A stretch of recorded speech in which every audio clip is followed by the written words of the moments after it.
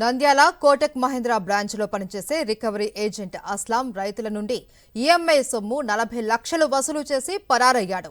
రైతులు కట్టిన ఈఎంఐ సొమ్మును బ్యాంకులో జమ కాకపోవడంతో రైతులకు నోటీసులు ఇచ్చారు బ్యాంక్ అధికారులు. బ్యాంక్ రికవరీ ఉద్యోగి అస్లాం మోసం చేయడంతో తమకు న్యాయం చేయాలి అని బ్యాంకు వద్ద ఆందోళన చేపట్టారు బాధిత రైతులు.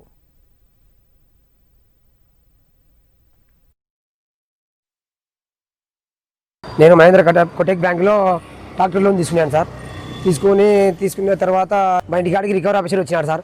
వచ్చింటే నేను అస్లాం ఖాన్కు 1,10,000 రూపాయలు కట్టిన తర్వాత అన్న నీకు మధ్యాహ్నం బ్యాంక్ కాడికి పోయిన తర్వాత నీకు 1,10,000 నీకు రిసిప్ట్ పెడతానన్నా అని చెప్పి నాకు రిసిప్ట్ కాదు కదా సార్, మళ్ళీ 2 రోజుల తర్వాత కూడా నాకు రిసిప్ట్ పెట్టేది సార్ అని చెప్పి నేను బ్యాంక్ కాడికి వచ్చి అడుగుతాగా నాటాటి రైతులందరూ ఒక 20 మంది దాకా నాతోటి రైతులందరూ 20 మందితో అట్నే కట్టించుకొని ఒకరిది 1,10,000, ఒకరిది 90,000, ఒకరిది 80,000, ఒకరి 1,25,000 అట్లా ప్రతి ఒక్క రైతుతో అట్లా కట్టించుకొని ఎవరికి కానీ రిసిప్ట్ పెట్టకుండా వీళ్ళందరినీ మోసం చేసి ఇట్లా అన్యాయం చేసినారు సార్.